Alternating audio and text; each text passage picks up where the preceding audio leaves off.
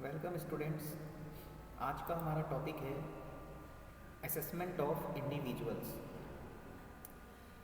देखिए, हमने सैलरी में 5 हेड पढ़े हैं इनकम के, जिनमें सबसे पहला हेड था income from salary. Income from house property second head है। Profits and gain from business profession third. Capital gain fourth. और लास्ट हेड था income from other sources fifth head.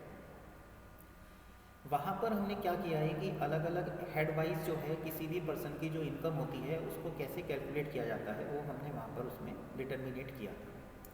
लेकिन अब हम बात कर रहे हैं उसकी पूरी ओवरऑल टोटल इनकम की, कि जब उसकी पूरी ओवरऑल टोटल इनकम जो है उसकी ऐड की जाएगी तो उसमें क्या प्रोसीजर रखा जाएगा, किस तरह से उसकी इनकम को, सारे हेड्स की इनकम को हेड जो है एग्रीगेट करना है, उसमें से क्या क्या जो है उसमें जो डिडक्शंस हैं उसको मिलेंगी वो कैसे उसमें से जो है माइनस करनी है, कैसे उस पर टैक्स कैलकुलेट करना है। तो इसका एक पूरा प्रोसीजर होता है, तो उसी को ही यहाँ पर इस चैप्टर में डिस्कस किया गया।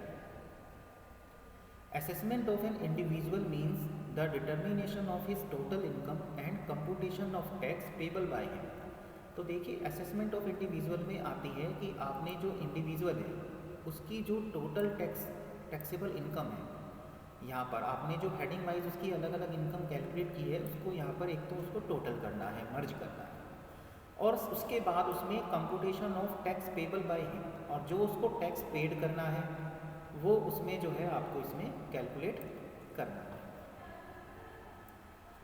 Before computing total income of the an individual his residential status is एसर्टेन्ड।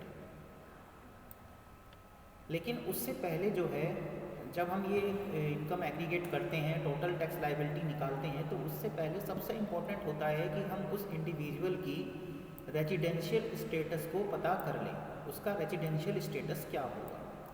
Residential status जो है वो डिटर्मिनेट करने के बाद उसकी जो टोटल इनकम है उसको कैलकुलेट करने के लिए आपको ये जो स्टेप्स मैं बता रहा हूँ ये आपको जो है फॉलो करने हैं। तो इन स्टेप्स को जो है आपको लेकर के एक इंडिविजुअल की जो टोटल टैक्सेबल इनकम है वो आपको यहाँ पर निकालनी होती है, और उसके बाद उस पर जो टैक्स लायबिलिटी बनती है वो इसमें डिटर्मिनेट करनी होगी। तो इसमें प्रोसेस में सबसे पहले आपको क्या करना है, computation of taxable income head wise. आपको सबसे पहले इंडिविजुअल की हेड वाइज जो टोटल टैक्सेबल इनकम है वो निकालनी है। हो सकता है किसी पर्सन की एक ही हेड से इनकम हो, किसी की हो सकता है 5 हेड से इनकम हो रही हो, तो हर हेड वाइज उसकी जो भी इनकम है डिटर्मिनेट करनी है आपको, जो कि हम प्रीवियस चैप्टर्स में पढ़ चुके हैं पहले, अलग अलग कि अलग अलग हेड्स में इनकम कैसे कैलकुलेट की जाती है। तो वो टोटल हेड वाइज इनकम जो है आपको यहाँ पर सबसे पहले कैलकुलेट करनी है। हेड इनकम के जो है आपको मालूम ही है, इनकम फ्रॉम सैलरी सबसे पहला हेड होता है।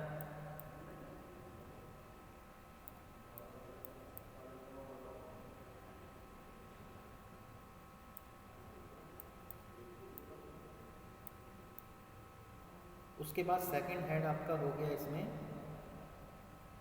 House property.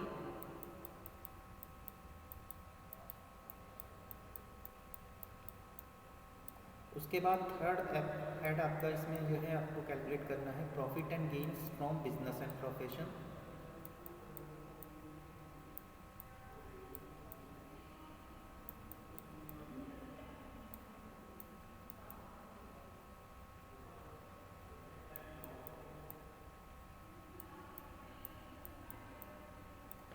फोर्थ हेड आपका इसमें आ जाता है कैपिटल गेन।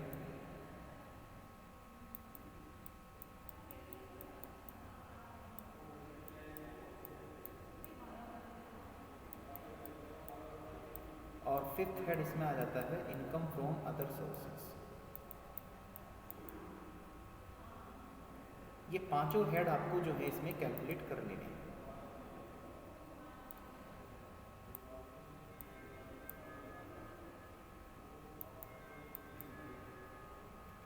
ये पांचों हेड कैलकुलेट आपको इसमें अलग अलग हेड की जो इनकम है ये सारी कैलकुलेट करने के बाद जिसकी भी जिस हेड में भी इनकम होगी इंडिविजुअल की, वो पांचों हेड की जो इनकम है यहाँ पर उसका आप कैलकुलेट कर लेंगे और टोटल कर लेंगे।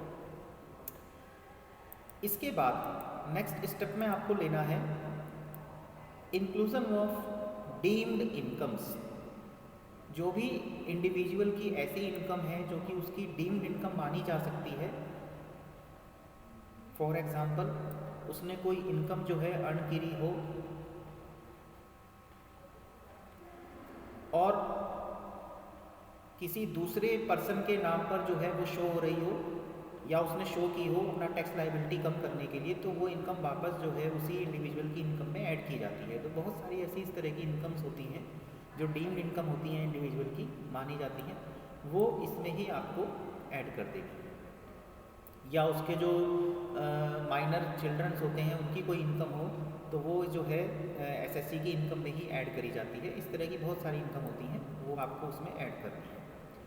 इसके बाद थर्ड स्टेप में आपको लेना है inclusion of income from membership of some business organisation.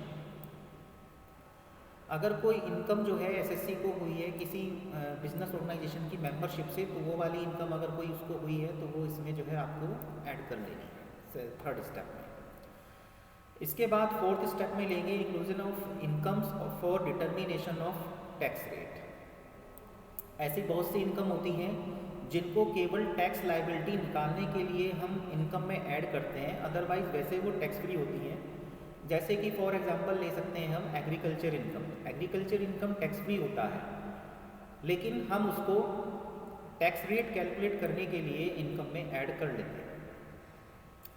इसके बाद फिफ्थ स्टेप में यहाँ पर लेंगे set of past losses. Set of past losses में आता है कि पिछले सालों के पिछले जो असेसमेंट ईयर्स हैं, जो प्रीवियस असेसमेंट ईयर गए हैं, उनमें अगर कोई हेड वाइज उसको कोई लॉस रह गया था तो उनको जो है आपको यहाँ पर हेड उस पर्टिकुलर हेड से सेट ऑफ करना है, क्लियर करना है जितना भी वो हो सकते हैं। और वो सेट ऑफ करने के बाद जो बाकी की इनकम उसकी बचेगी एसएससी की, वो ही यहाँ पर जो है आगे कंप्यूटेशन ऑफ टैक्सेबल लायबिलिटी में काउंट की जाएगी। इसके बाद सिक्स्थ स्टेप में जो है आप लेंगे deductions under section 80 and computation of total income. यहाँ पर फिर आपको लास्ट स्टेप में जो है आपको अंडर सेक्शन 80 में जो डिडक्शन आती हैं 80C से 80U तक की, जो कि हमने इससे पहले डिस्कस की थी अभी, तो वे सभी डिडक्शंस जो हैं यहाँ पर हम इसकी जो है जो भी अप्लाई करेगा ये और जो इसके लिए एलिजिबल होगा वो उसमें से माइनस कर देंगे। और उसको माइनस करने के बाद जो बाकी की उसकी जो इनकम बचती है वही यहाँ पर जो है उसकी टोटल इनकम होगी, जिसे हम टोटल टैक्सेबल इनकम के नाम से भी जानते हैं। तो टोटल टैक्सेबल इनकम जो है वो आ जाएगी सिक्स्थ स्टेप में। इसके बाद हम इसमें 7वें नंबर पर rounding off the total income को राउंड ऑफ कर लेंगे। अगर 2-4 रुपये जैसे आ रहे हैं कैलकुलेशन में, तो वो उनको राउंड ऑफ करके 10 के मल्टीपल्स में ले लेंगे और 100 के मल्टीपल्स में कर देंगे। तो इस तरह से उसको राउंड ऑफ करने के बाद जो इनकम बचती है उस पर जो है टैक्स लायबिलिटी कैलकुलेट की जाती है। तो टैक्स लायबिलिटी कैलकुलेट करने के लिए आपको जो है 8 स्टेप में आना है, calculation of tax on the total income of an individual.